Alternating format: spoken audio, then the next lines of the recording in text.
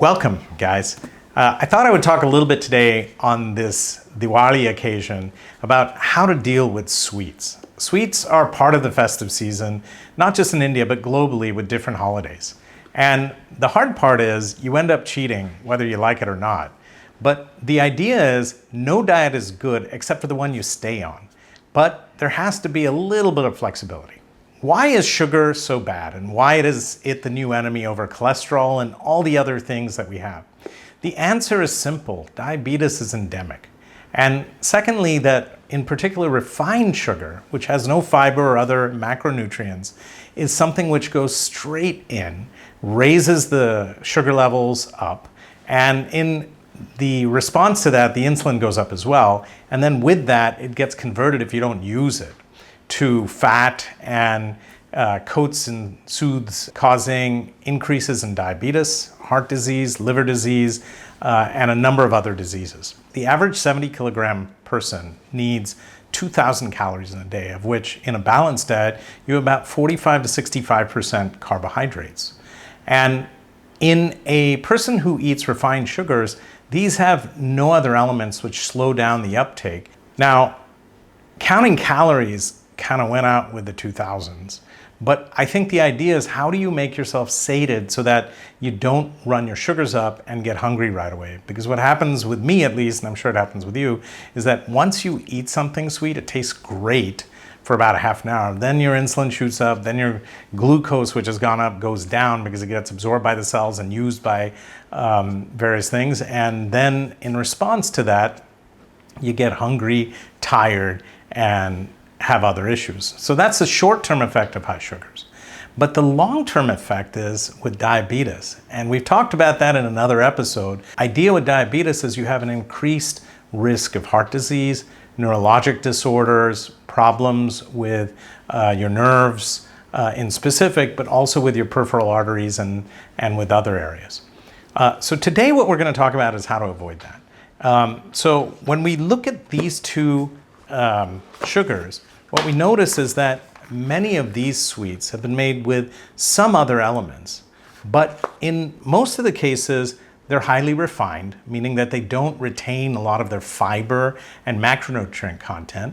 And in addition to that, they use refined sugars. What are refined sugars? They're basically made of pure cane sugar or sugar beets, which have been processed, refined, and then brought in to make crystallized sugar. There is another more insidious form, which is all the talk these days, called high fructose corn syrup, which is made from corn, which is broken down, and then enzymes are applied, and you extract the fructose or corn syrup from that. The biggest problem is in processed food, they put an abundance of these sugars. And as a result of that, in the US as well as in India and other countries, on the labels, they display how much sugar is added because they've noted that it does lead to healthcare complications. And so if I had to choose in this box, the short answer is I would choose the ones which have dried nuts in them, which include these, and use natural sugars in the way of dates and things like that, which I'll show you, which have higher amounts of fiber as well as naturally occurring sugars. Do they have sugars and carbohydrates? Yes. But the difference is your body takes longer for them to break down.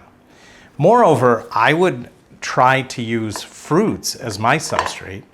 And the bottom line is that they tend to have more pectin in them and fiber, so that when you eat them, they actually take longer to break down and you don't get a sudden spike.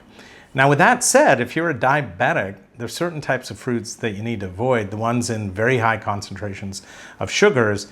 And you can have a small portion of them, but you can't eat them in large portions. And we've talked about this in another episode. Now, the question is, what about other things which you don't think have sugar in them? So I wanted to illustrate how this works. When you have a raw form of sugar in the way of a date, which is very highly concentrated in glucose and in naturally occurring sugars, it also has a lot of pulp and fiber with it. And that sits in your stomach and takes much longer to break down. By comparison, if you take the raw sugar and have it less refined, you get a Demerara or brown sugar, which still has some of the fiber, but it's still processed. So while it may be a little bit better than white sugar, it's still refined. Then you get the cubed or refined sugar, granulated sugar, which is basically refined from sugarcane and then dropped into its individual shape. And this is fully refined. And then I've got something unusual, but this is sucralose, which the difference in this, and never mind the brand, but sucralose basically is used as a non-sugar substitute, which basically is not absorbed and can't be cleaved because you don't have the enzymes to break down the sucrose and the glucose and the other things in it. And so it basically tastes sweet on your mouth, but it gets excreted through your system and never gets absorbed. And so that's the differences between these sugars. Now, how does that play out and what's the importance of this? We're going to show you. So when you look at natural sugars like lactose from milk or the naturally occurring glucose from fruits, you have pulp with it in this case, and with this you have lactose, which is broken down in most people, unless you have lactose intolerance, which we've also talked about. But anyway, the point is that you have various forms that you come in and there's no added sugar. That in itself does not make it so energy dense that you don't take that and then turn it into fat and then evade your 2,000 calorie limit with 45 to 65% carbohydrates. But I'll show you what happens when you don't look, because in a second you'll see how many calories we actually get and what happens. Just when you think everything is clear and that you can have freshly squeezed juice, you have to be careful. For in this instance, I'm using a blood orange and tangerine, mixing it together, and I don't have any added sugars here. And so a healthy orange will have no more than 10 or 13 grams of sugar in it.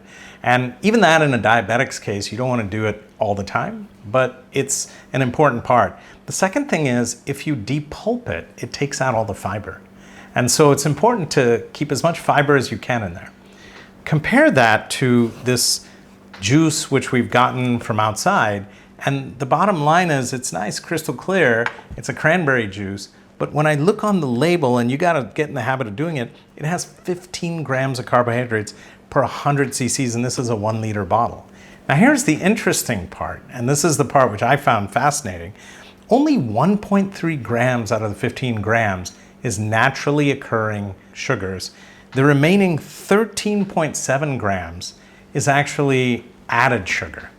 So now you get my drift, that they're fortifying these with not just other things. And when you look at this, they have fortified it with some sodium, some potassium, some calcium, and iron, but it really doesn't constitute much in your recommended daily allowance in a day. Now I'll go one step further to some of the high energy caffeinated drinks. And if they're full of sugar, they have over 11 grams of sugar per serving. And that's fully added.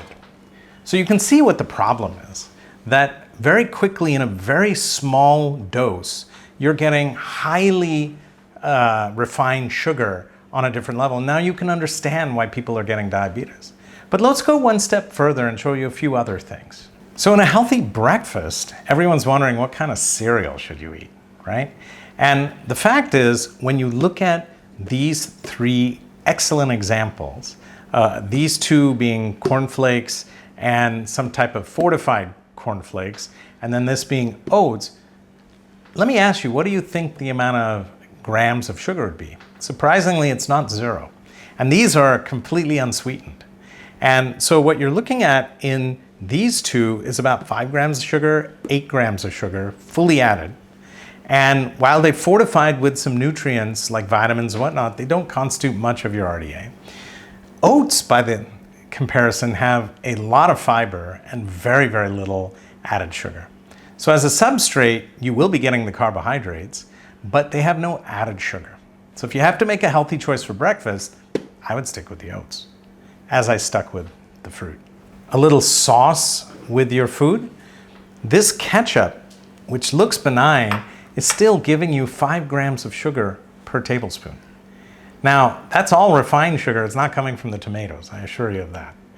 Looking at all this stuff, what do? Run for cover? Any diet is a good diet if you stay on it, right? And the key to a happy, healthy life is eating a balanced diet. It doesn't mean that you should pull out one thing or another. You just need to be conscious of what's in there. Part of that is choosing, making the health choices which actually matter before you get to it. And in my book, a diet with a healthy serving of fruit, some good fiber with some carbohydrates like oats, and some natural sugars coming from dates and other things is very healthy. But does that mean once in a while you can't cheat and, since it is festive season, have a few things? Well, the answer is you can. You'll pay for it. But the bottom line is if you can do it, you eat the sweets which have dried fruits instead of the ones with full refined sugar. In summary, refined sugar is the enemy because more than cholesterol and any other source that you eat, it has led to increases in diabetes, heart disease, neurologic issues, and various other things. And this is something which is fully something we can control. Stay on target, stay on path, and make sure that you find that path early and stay to it, because it's very hard to come around, but we can help you do that as well. So I hope this talk has helped you to kind of think about what it is you're eating and also to identify what it is you shouldn't be eating and to learn to read labels and to understand. Doesn't mean you can't have a little fun. Come on now. But on the other hand, I would say that what's critical is that you understand what you're putting in your body because you are what you eat. Anyway, thank you so much for joining me.